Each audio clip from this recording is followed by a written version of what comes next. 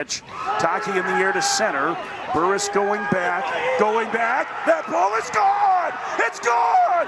Dayton Taki sends Oklahoma. Guys, I'm not going to act like I'm qualified to talk about Georgia Tech, but aren't those nerds supposed to know that like a 2 seed isn't supposed to lose to a bum-ass team like Oklahoma? Like, bro, they don't even hit home runs. Anyways, guys, we got some, I'm not going to say that. It's time for the Raiders, though. Yeah.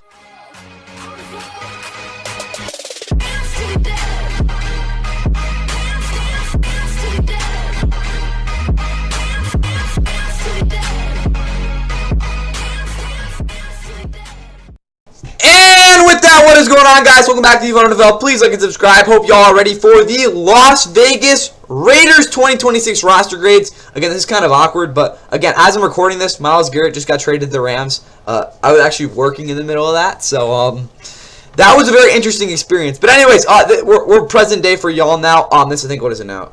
Mid-June when you guys are seeing this, something like that. But it's first day of June for me. Anyways, though, we'll be talking about this Raiders roster today. It's obviously a group that has some pretty peculiar, there we go, things going on with it. Again, if you have not watched past roster grades, I do recommend watching the Jacksonville Jaguars roster grades. It's the second timestamp after the intro timestamp. That'll give you all you'll need to know about this. Again, I just want to make sure you guys know what's going on with this. And again, if you're just wanting to watch the Raiders, it doesn't take too long to figure this out. Again, I don't want to be forever with you guys here. So with that said, let's get into the Raiders quarterback position. And it, again, is a group that saw tumultuous change this offseason. Aiden O'Connell's the only guy that's back, and I don't really know what they're going to do with him. He's probably going to get traded. You know, like those preseason trades, he's going to be one of those guys, or he'll get cut. He'll be a backup somewhere in the NFL, though. I don't really know yet. It'll definitely be an interesting thing going on there. But again, we'll get to the first two guys because, again, they're the big things to talk about. But Jacob Clark's on this roster. I'm not going to lie to y'all. I have no idea who the hell this dude is. I mean, who is this guy? I guess Missouri State. I'm joking now. I honestly have no idea who this guy is, to be honest with you guys. I watch a lot of college football. I'm not going to lie. I think I watched probably like 6 games of Missouri State last year. I think I've seen this guy on tape, but I'm not going to act like I've watched enough to really tell you guys what to know about him. But who knows? Maybe he makes this roster. He's not going to. Aiden O'Connell. Aiden O'Connell, I think, is a solid backup. He's probably the most average and boring quarterback you've ever seen. Last year, he really just didn't play. But in 2023, of course, he started for them a little bit. Strong statistics. Obviously, downfield, he was really good. I think in 2024, he was even better. Again, still didn't win many games, though. But Aiden O'Connell's a solid backup, in my opinion. He's definitely a guy that can hold his own in the league. He's a smart dude, too. But again, you look at him at Purdue, just a boring guy. Doesn't really do anything special. But he does get it done, so that's good. All right, enough of those chuds. Let's get into the actual guys here. Mendoza, #1 overall pick at the moment, isn't expected to start the first couple games. It's a good thing. I want his persona to last as long as possible before it turns into something else, but obviously, Mendoza is a guy, in my opinion, that I don't even think was the best quarterback in this year's draft class. He's still a guy you look at, though. His anticipation is really solid. He's very confident over the middle of the field, and really his overall savviness as a quarterback is something that, again, is probably his biggest thing there. But obviously, he's a guy with really no elite traits. He's not a guy that I look at who's going to thrive in a system where he's basically going to hit the shit out of every single play, on top of the fact that his accuracy in terms of these kind of timed-out throws are going to be kind of disrupted. And that being an issue, I think it's going to be really hard for him to establish rhythm early in his career. For that reason, I think the fact that this team sucks and they're kind of giving him, some sort of breathing room, I think is a really big thing. I think Fernando Mendoza, at least the first 2 years of his career, I wouldn't really have many expectations at all, other than unless he, plays really bad. But this methodical approach you're taking with him is I'd probably say is a very good idea. Maybe not with what they're doing with him, again, as you guys saw in the roster grade feature, the video we saw with Ashton Denty before this. But yeah, I really love what they're doing with Mendoza. It's definitely they did their due diligence this offseason with that. And for that reason, Kirk Cousins is projected to start the season for them. He's a guy that last year just looked really limited, kind of a shell of himself. I still don't think he was 100%. Again, he tore his Achilles after that 2023 season with the Vikings, where I legitimately think he would have made a run for MVP. Again, that team was really on the up and up at that point in the season, and he was just absolutely wheeling. Again, Kirk Cousins statistically has been absolutely phenomenal. I mean, he still put out, again, he didn't get a crazy contract this past season, but still, he's getting paid a lot to play for the Raiders. Again, 2024, though, he again had a pretty strong start where they start 6-3 in 2024, and then he completely fell off. I think he threw 1 touchdown in 4 games. It was a brutal stretch for Kirk, and obviously he sucked in those games, and really it was respected. He can't move. He still can't really move, but last year at least he was a lot more conservative, and I think that, again, the fact that they won their last 4 games was really telling what we're going to see out of him. By far the lowest completion percentage of his career outside of his first year starting in or not really. His first year starting was 2015. But again, we don't know about Kirk. He's like old as hell. But with Kirk Cousins, he'll be a guy that'll be a reliable guy for you. Again, very limited offense, but again, he's been a guy that really checks a lot of boxes in terms of a stable offense. But yeah, he's definitely gonna be a guy that's gonna limit what you're gonna be able to do. But at the same time, he'll definitely do something. For that reason, I'm gonna give a C- for the quarterback position. I think that Kirk is more of a kind of a bridge quarterback. I guess that's not really the right way to put it, but Kirk Cousins probably at some point in his career was around a B+.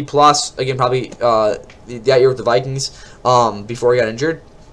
In my opinion, I'm going to give a C- though, because I still think that while he's limited, he'll be at least somewhat okay. And then obviously the Mendoza situation, and even O'Connell. So there's a lot of depth at quarterback for them if, again, things go awry or something.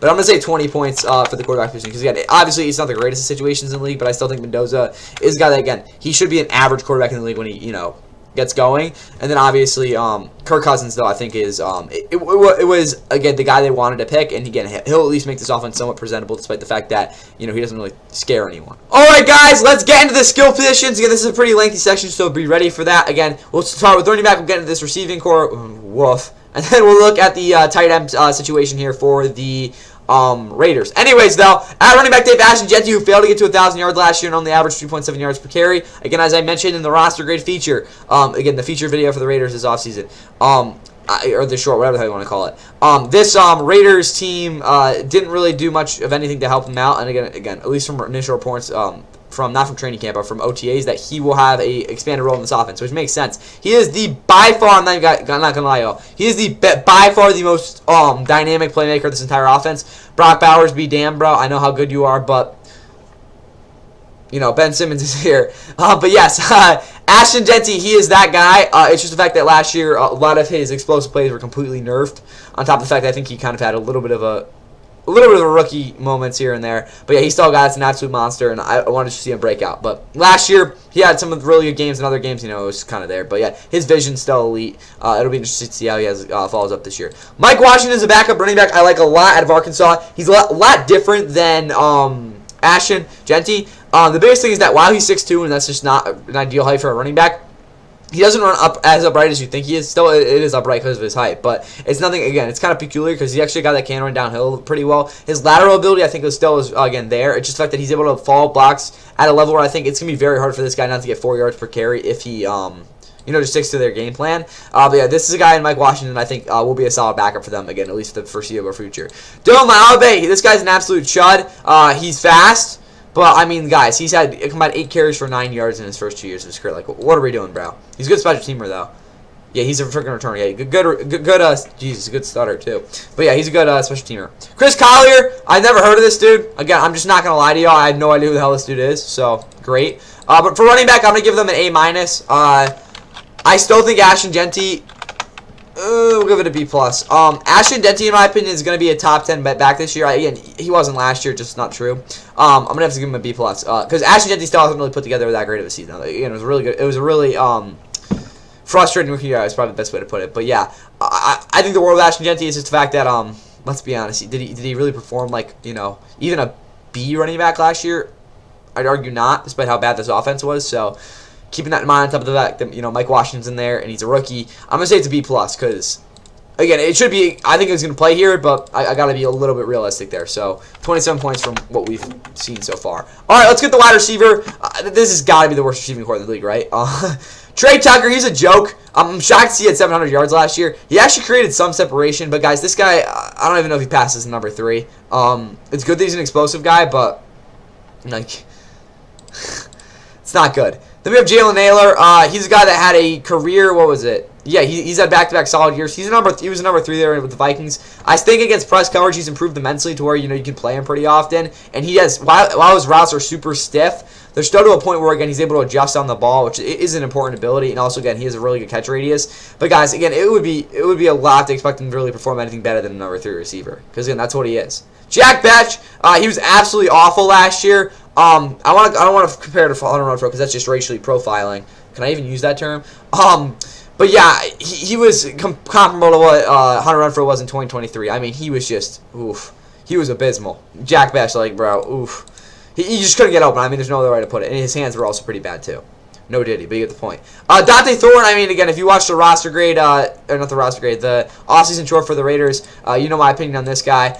He honestly, coming out of the draft, I thought he could be okay. Like, look at his numbers in 2024. I mean, they were okay. He's a guy that is pretty talented because of the fact that he again, I don't want to say like a lot of these Tennessee receivers were able to stem these deep routes other than a guy like Cedric Tillman like really well. That's not something that I saw with Dante coming out of college. It's just the fact that this is a dude that can't run any sort of flex route on top of the fact that there's a lot of things going on, he just completely falls apart, and even when there's normal stuff, he still doesn't really do much.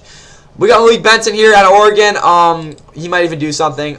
He's a guy, again, he's going to be a short, yak sort of guy. He's arguably better than, what the hell is his name coming out? Johnson on the freaking Raiders. Tez Johnson. Malik Benson needs to be a guy that's going to be actually create actual stack on cornerbacks to really be any sort of threat. Then we got Philip Dorsett here. Oh, Philip Dorsett. This guy was 29th pick out of 2015 for the Raiders. The Colts. Absolute bust. This guy's absolutely awful. I'm actually shocked to see him still on a team. He had 40 targets in 2022 with the Texans. My God. Yeah, as you guys know, this receiving core is an F, though. This receiving core is legitimately the worst in the league. I don't even want to say anything. This is just a joke. I'm not going to lie to y'all. I think Jalen Neal is a solid number 3 receiver, and that's about it. Trey Tucker, he's just not even, he's a joke. I'm not going to lie to y'all. And then obviously Jack Best was horrible last year. This is just an absolute, this is a pathetic receiving core, guys.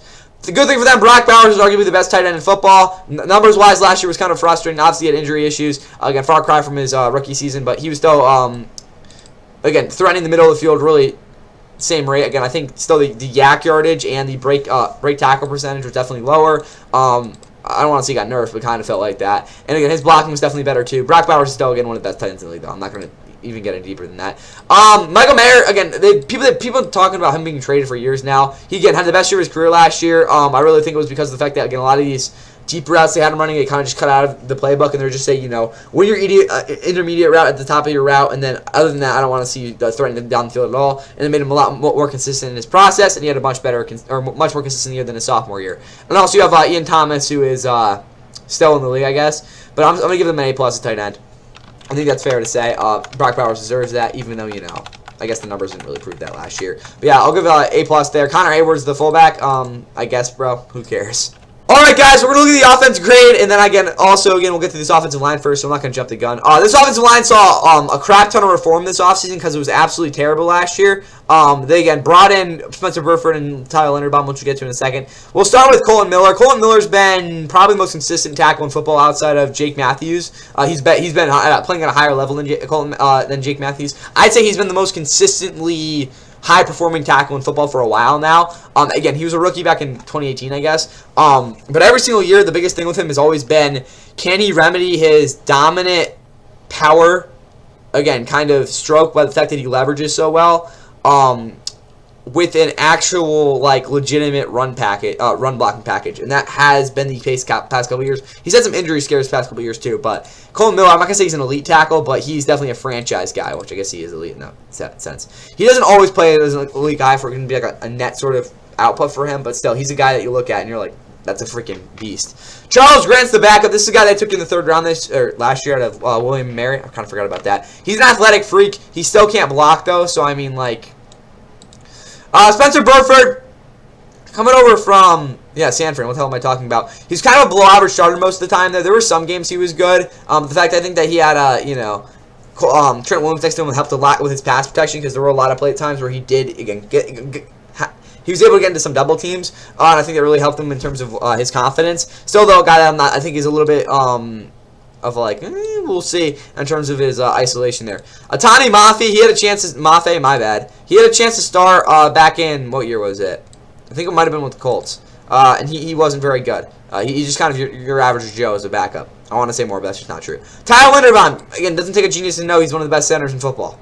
Cool. They paid him a crap ton of money to get in here to be an elite center, and he's there. So now they have 2 elite guys. Jordan Meredith, he sucked last year. I think he gave he averaged 8 pressures a lot of game, which was ridiculous. It's because he, again, against the run, he can penetrate, which is for sure there. That's why they started him. But he's an awful run blocker. Jackson Powers-Johnson, I don't know if he'll be in a competition with Trey Zahn, but it would not surprise me. Jackson Powers-Johnson's had an inconsistent career so far. Again, as a rookie, he was absolutely atrocious. 2025, again, really just didn't get to play. Then last year, injury issues were definitely there, but he's a guy that kind of showed why he was, a highly touted prospect, at least in my eyes. It's because of the fact that he's a very agile guy from the interior, which is rare for his position at guard, and also very quick to be able to get into the, really just play at the right pad level with these defensive tackles, and it really helps him isolate areas for the running back to really go. That's why Ashton Jeanty was able to break some of those runs last year. Again, not really consistently though, which again, Jackson Powers was, or JPJ really wasn't the most consistent last year. Then you have Trezon, 3rd round pick. This is a guy that a lot of people like a lot because of his very consistent technique. He's a guy that really rarely misses on his punches, but as a run blocker, still hasn't really completely, again, ironed out his game. Until that happens, it's kind of hard to, again, see the, reward with playing him. GJ Glaze, kind of a bad player, I'm not going to lie to y'all. At least in my opinion, on tape, he's not a fun guy to watch because he has very hesitant defeat, on top of the fact that he isn't really the greatest against power. Kind of gets shocked, and that really makes it hard for him to, be able to, again, keep up his play against guys with crazy bend. But still, GG Glaze, in my opinion, still is a guy that I think will probably be at least average this year. He has some good games at the end of the season, but I'm not going to lie, he's not a very good player. And then you have Dalton Wagner, who I could care less about. For me, this offensive line has 2 elite guys, a guy like Jackson Powers-Johnson, who's on the up and up. Spencer Burford probably average, the same thing with GG Glaze. For me, that screams a B offensive line. They upgraded immensely. It's just the fact that I don't really think that, again, there's really no continuity in this offensive line other than, again, you look at Jackson Powers-Johnson, DJ Glaze. The depth is honestly pretty solid, though. You could argue it's a B+. I'm actually probably leaning more towards that. But, again, it's just the fact that, again, there's just not a lot of continuity, which is kind of hard for me to, completely shape up with. Because some offensive lines, again, go into the year projecting well, but, again, the fact they have no continuity can really hurt them. Then if we add that up, this is going to be a low score. Yeah, 89 because of how bad that receiving core. Again, that is, legitimately the worst receiving core I've seen in a while. So I had to give them an F. That's 89 points, though. That's going to be a C offense, which I think is fair. This is a group that just really isn't good.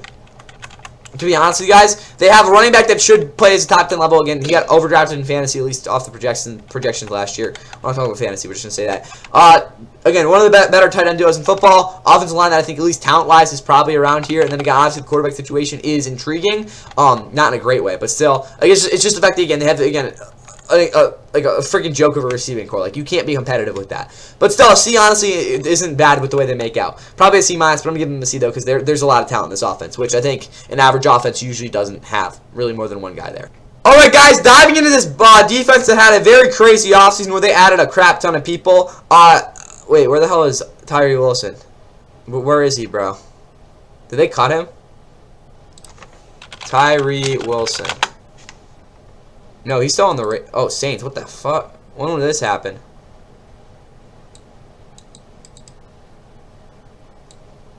I had no idea this happened.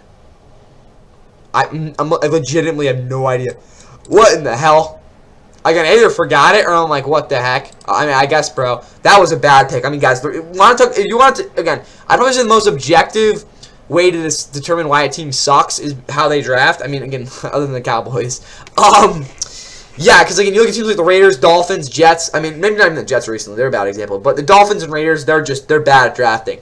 And again, it's legit. Again, it's obvious why. Again, you can't win games if you can't draft. Anyways, though, let's start with this linebacking core, which is completely new. Nakobe Dean, he'll be there. Complete. I'm be honest, guys. He'll be there literally just being coverage the whole time. His tackling last year was rough to watch, especially in the open field. Again, he just got absolutely manhandled. I will say his blitzing makeup became much more, I wouldn't say valid, just much more, round out last year because of the fact that he was able to, develop some sort of, oomph into it off of his speed rush. And I think that sort of, blitz package, especially off of kind of, a stunt look, is something that can make Nakobe an actual, legitimate, versatile threat in that mindset. Because we all know, while his coverage statistics have not been there, and man coverage, he has at times looked like that guy coming out of Georgia. I'm like, this guy's an absolute beast. But again, he's 230, guys. Again, he's going to get absolutely destroyed against the run. It's just going to happen. Injury issues have just been, really shouting his career. But there's a reason he got to go to contract. And I think that, again, at some point, he's going to have to be an all-pro level player. Because the talent's just, again, there's not many guys that are able to do what he's able to. Quay Walker, he's just kind of an average Joe at this point in his career. Not a bad thing that we're just talking about as a starter. Again, that 2022 season, everyone talks about that play where he basically kicked the Lions trainer. 2023, he was pretty bad. I'm not going to lie to you guys, especially in terms of his instinctual development. 2024, though, probably his best year overall. He rarely made big-time mistakes. Last year kind of, I guess, fell back to those mistakes in some sort of ways. But still, I think that, again, the fact that, again, he got let go and still got a good contract is good for him. Secured that bag. But, yeah, Quay Walker, for me, is kind of just, a net neutral there. Sugun Alubi is a very good gadget player for a defense because of the fact that he's able to fit multiple different run schemes, but he's more of a special teamer than anything. Tommy Eichenberg, again, kind of didn't seize the opportunity last year, we'll say that. He got actually a pretty decent amount of playing time, and again, he really didn't do much special. I didn't expect him to, but I mean, this guy coming out of Ohio State, you were expecting to at least be somewhat productive, and that really has been the case. Cameron McGrone and Cody Lindenberg, I don't care about either of them. I'll say that Lindenberg is a guy that is a lunch pail dude, but that's really about it. You have David Sorey Jr. This is a guy out of Arkansas that I think will at least have some sort of role in the NFL. I don't really know what that's going to look like yet, but he does have some sort of merit. Again, that's what I remember from when I evaluated him. But for me, this linebacking core, I'll give it B-. Again, I think Quay Walker is very consistent, which is a good thing, but it's just the fact, again, he's not really that great. But I think that Kobe Dean does deserve the, recognition as a guy that is a dynamic player when he's not, again, freaking, who knows what he's doing. Now we go to the D-line, and this D-line is just absolutely, like, bleh.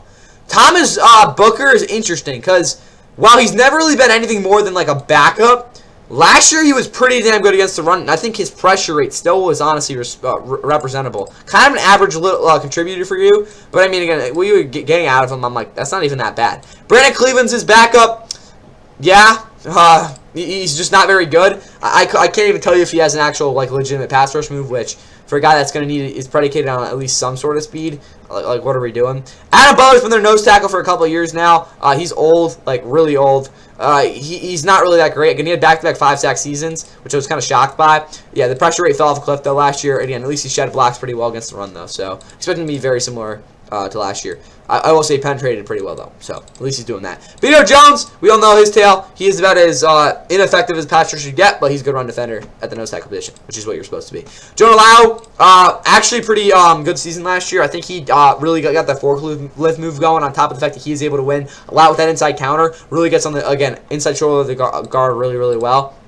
He's probably the best, best bang for your buck interior, again, pass rush presence probably in the entire league. Not that he's, that great, but again, it's just really the money he's getting paid. Hemingway, who had somehow had 4 sacks last year, he's very versatile. The 3-tech is definitely a legitimate thing with him. Again, he got injured too, which kind of sucked, but again, he reminds me of James Houston coming out. I really want to see this guy, though, really just get a true run at 3-tech, even though he's, again, absolute liability against the run. Anyways, though, this D-line is honestly not that bad. I'm going to give them a C. Probably, yeah, I'm going to give them a C. It's just the fact that I don't think Adam Butler's average. Thomas Booker is, I think, average at best. He's not going to really, he proved himself last year. Jonah Lau is, again, he's probably a little bit of average, and then Tonka Hemingway is just such a liability that, again, while he's a good rotational guy, he's more of a pass rush presence than really anything else. So we're going to say 10 points for this D-line, which, again, I want to give them more because I think it is a decent group, but, again, there's really no game changer there or even, like, a needle mover. Again, if Jonah Lau plays better, because he was pretty good last year, that would definitely be a reason to give them a higher grade. All right, now we go to this edge rushing group. Again, it's an absolute, like, again, it's so bizarre what happened with Max Crosby. Again, you guys have heard it, probably been shoved down your throats at some points.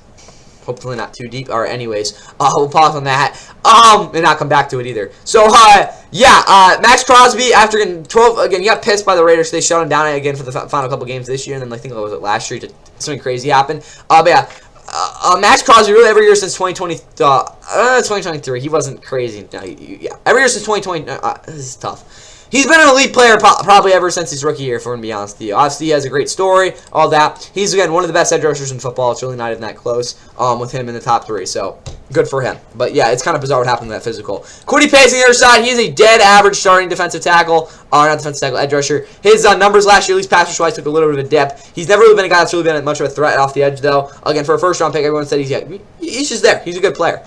Run defender always been pretty solid, though. He'll give them starting caliber production, but at the same time, I mean, there's definitely better guys you can get there. Speaking of that, Malcolm Kuntz, he's there. He finally started to turn things on late in the season because he kind of just sucked everywhere else. Because, again, if you didn't remember, he did get injured, and then he, played better, I guess. Very frustrating year, though, for Malcolm Kuntz after he had an 8-sack 2023. Yeah, there we go. But yeah, good for Malcolm because, again, that was big there at the end of the season. He's a guy that's predicated on burst, and it really wasn't there for most of the season. So, again, I was just happy to see that because I actually have more confidence in him now. Kyron Crawford out of Auburn, he's going to be a guy you're going to really need to be, again, really stretched with leverage. Again, if he's able to hit that well, there's really no reason he can't be a solid player. Again, because he does give you, again, good enough bend to, project him as a guy that you can put on the field. Brennan Jackson, and then Harvey probably gets some rotational snaps, but really definitely not. Edge rushing group for me is going to be an A-. I think that Kwity Paye is good enough to, subsidize Max Crosby, but you know, I gotta give them an A. Like, because Mountain Cruz is way better than Kwity Paye when he's, you know, on, but we haven't really seen that. And Crawford's a really good fourth guy anyway. So, I gotta give them an A, because, again, Max Crosby really just deserves that. So, 44 points, though, for the pass rush. I want to give them, again, it's not an A+, because, like, Mountain Cruz, I don't really, again, you can't really expect that much out of him. And, you know, Kwity Paye, again, while he's a reliable guy, he's just not that great. Alright, guys, last position group, as well as the, before we get to the defense grade, as well as the roster grade, the overall roster grade after that. And again, we'll start with this cornerback room before we get into the rest of the secondary at safety. It's a group that saw a lot of interesting movement. First off, Eric Stokes last year saved his career with a, I'm going to say an above-average production year, where he also showed that he can legitimately hold his zone looks at least somewhat well. Again, he really didn't have many balls go over his head last year. He was legitimately a #1 corner as well. Well, I think it was definitely on the lower end of that. He proved himself to be a starting caliber player. Darian Porter was honestly not too bad in terms of his tackling. There were a lot of plays in coverage where I think it was him kind of reacting rather than anticipating, which is a thing that I think he'll continue to get better with, because, again, he's a guy that has a, like,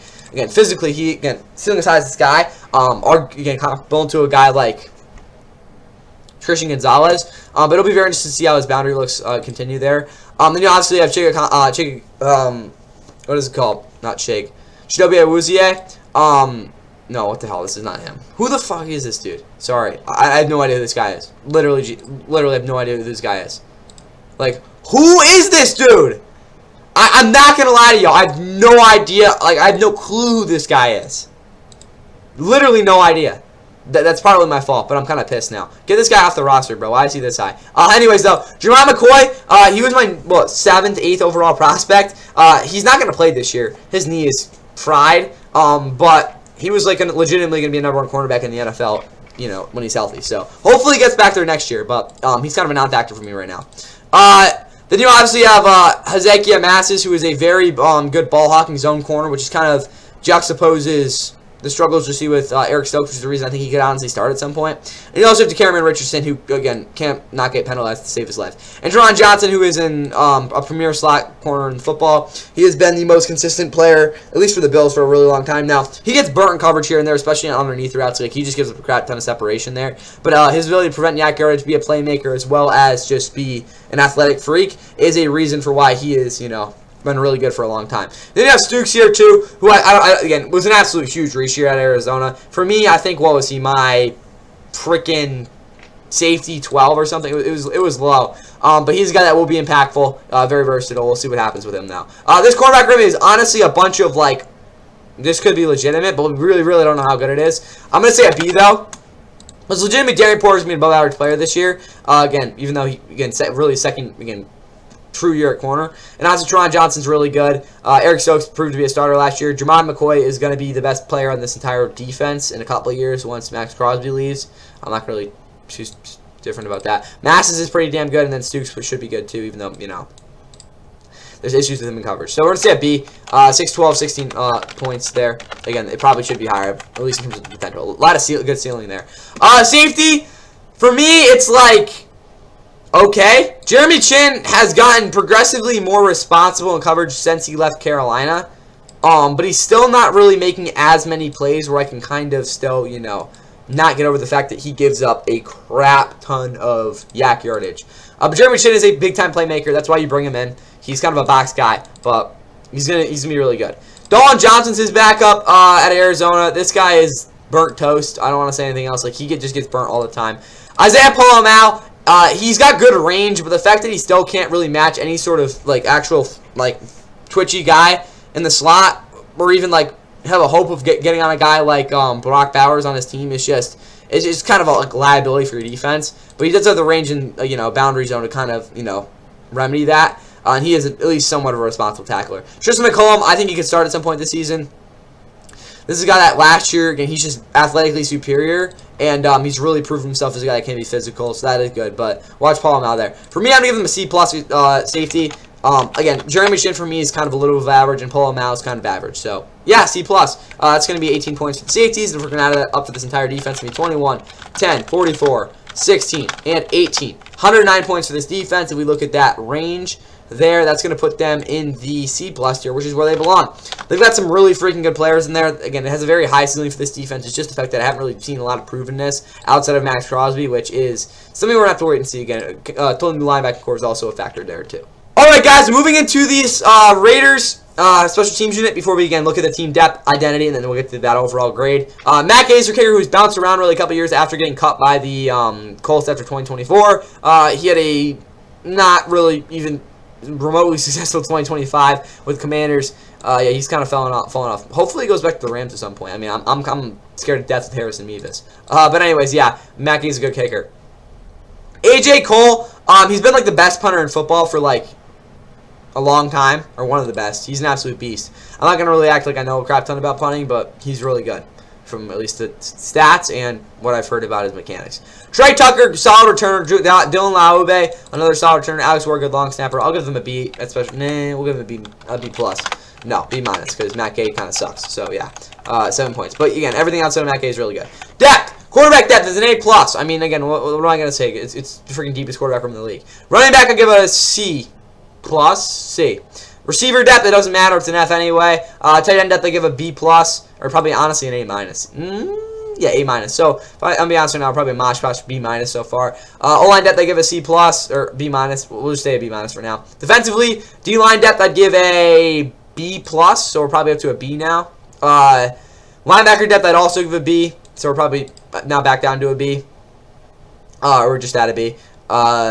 Edge rusher depth, I give a A minus. So we're probably still at a B.